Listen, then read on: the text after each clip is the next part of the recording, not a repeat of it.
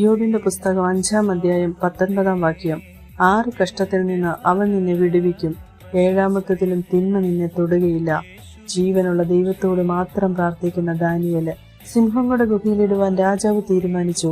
ദൈവത്തിൽ ആശ്രയിച്ച ദാനിയേലിനെ സിംഹങ്ങൾ കേടുവരുത്തിയില്ല.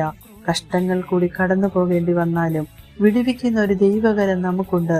23-ാം സങ്കീർത്തനത്തിൽ ദാവീദ് പറയുന്നു, കൂരിരിൽ താഴ്വരയിൽ കൂടി നടന്നാലും ഞാനൊരനർത്ഥവും ഭയപ്പെടുകയില്ല.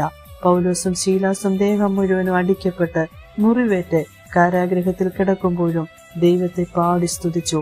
അവിടെയും ദൈവരാജ്യത്തിലേക്ക് കാരാഗ്രഹ പ്രമാണിയും കുടുംബത്തെയും നേടുവാൻ ദൈവം ശക്തരാക്കി. വലിയൊരു കപ്പൽ ഛേദത്തിൽ നിന്ന് ജീവനോടെ കരക്കെത്തിയ പൗലോസിനെ വിറക് ശേഖരിക്കുന്നതിനിടയിൽ കയ്യിൽ തൂങ്ങിയ ഒരു വിഷപ്പാമ്പ്.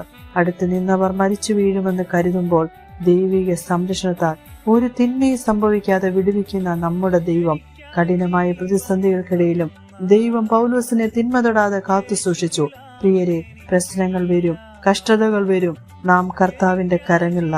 അവൻ നിന്നെ വേട്ടക്കാരന്റെ കെണിയിൽ നിന്നും നാശകരമായ മഹാമാരിയിൽ നിന്നും വിടുവിക്കുന്നവനാണ്. കഷ്ടതകൾ നമ്മെ തകർക്കാനല്ല, പകരം സഹിഷ്ണുതയും കരുത്തുള്ളവരാക്കാനാണ്.